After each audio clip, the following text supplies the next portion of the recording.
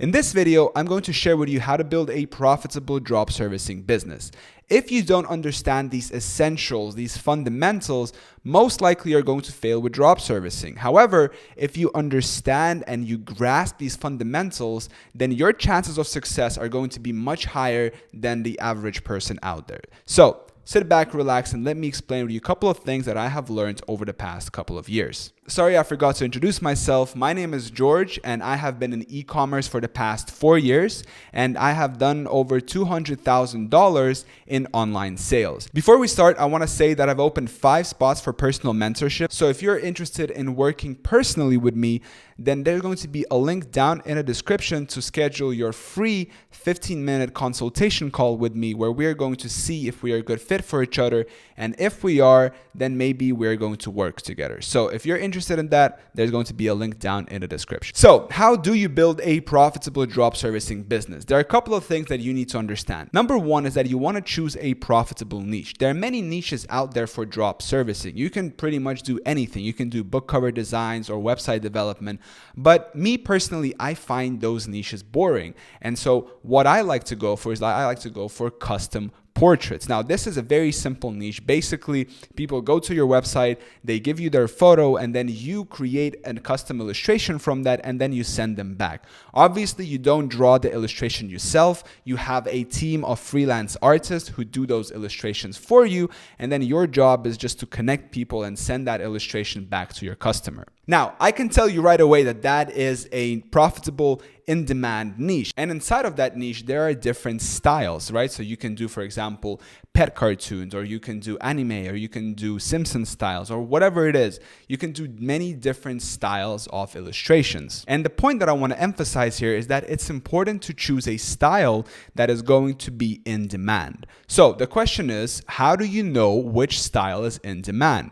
And that is very simple. You either look at competitors who are already in the market, or if you can't find competitors, then you simply go onto Etsy.com, you search for custom portrait or custom illustrations, and you look at what sellers are already offering in the market.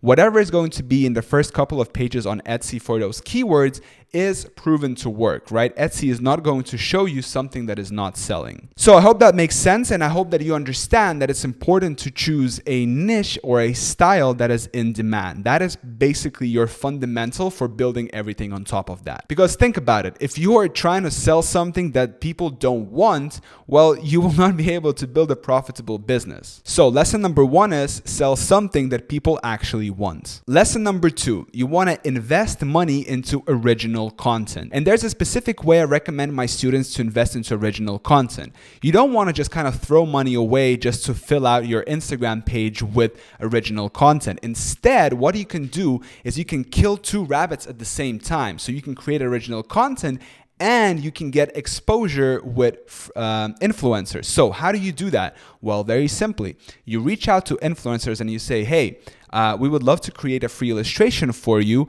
in exchange for a post shout out. Now, not every influencer is going to respond, but the ones who do usually say that they're interested. So then once you got their approval, you then create the original content, which you can post on your social media account.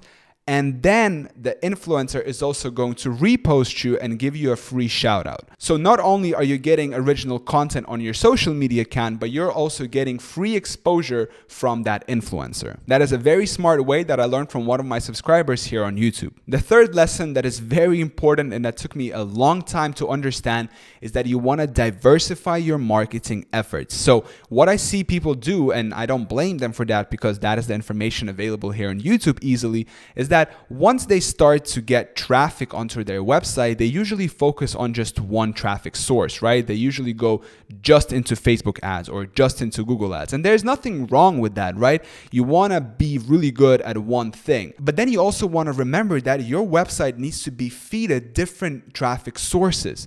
You want to kind of target all the different areas. And when I say diversify your marketing efforts, I mean search engine optimization, Google ads, Facebook ads, affiliate marketing, email marketing.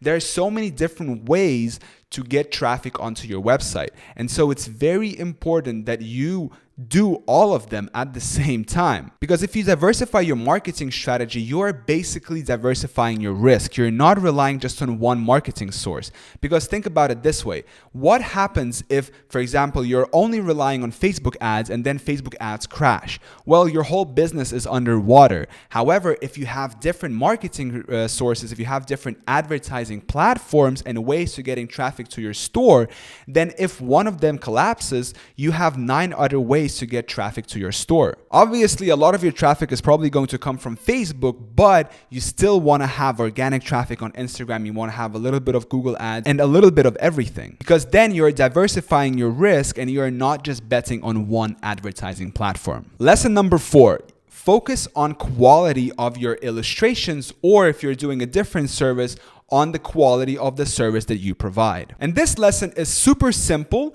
but yet it is very powerful. It's probably one of the most powerful things that you can do. Depending on the quality of your illustrations is going to determine the way your business progresses over time.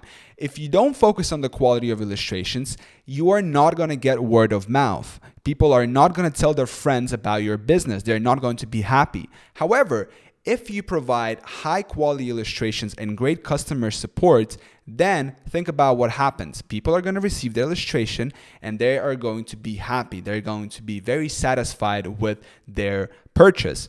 What happens then? Then when they get the opportunity to tell their friends or their family about your business, about their experience shopping with you, they're going to be like, hey, check out this website. I bought this illustration. It was great quality. Check it out. And that is the most powerful marketing tool you can use. It's called word of mouth. You want to focus on word of mouth because that is the most powerful tool. The thing about word of mouth is that it takes a very long time. You need to accumulate kind of a critical mass of a lot of people talking about your business to then achieve that word of mouth where people are just going to start referring their friends and people are going to start shopping with you. And so by focusing on customer experience and on the quality of the illustrations, this will internally boost LTV, lifetime value of a customer, and also repeat customer rate. So in other words, what this means is that more people shopping with you are going to come back and do another purchase with you. And by making another purchase, they are increasing how much they're spending in your business over time. And both of these metrics are very important. The 5th lesson is that you want to continuously look for ways to improve your conversion rate and your CTR on the ads. So what this basically means is that you want to continuously test your landing page where you're sending your traffic, and you want to continuously test different ads to improve CTR, because these metrics are very important. The more people out of 100 people click on your ad, right, the more people land on your page. And then the more people who land on your page actually buy is going to improve your profitability.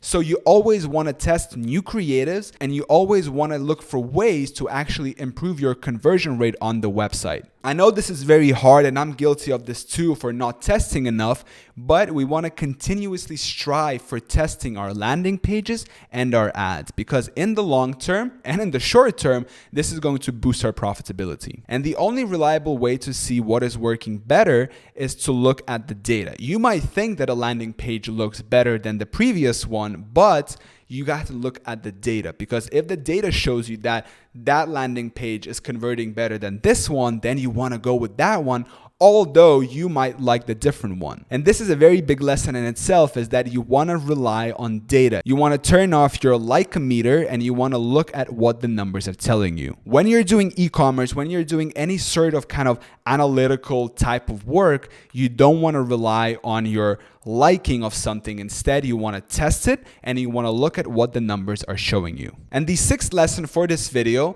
is you want to focus on the customer experience. Customer experience should be the central point of your business. And if this means making a decision in the short term that will not be profitable, do it. Because by focusing on the customer and by ignoring your profitability in the short term, you're actually improving customer loyalty in the long term.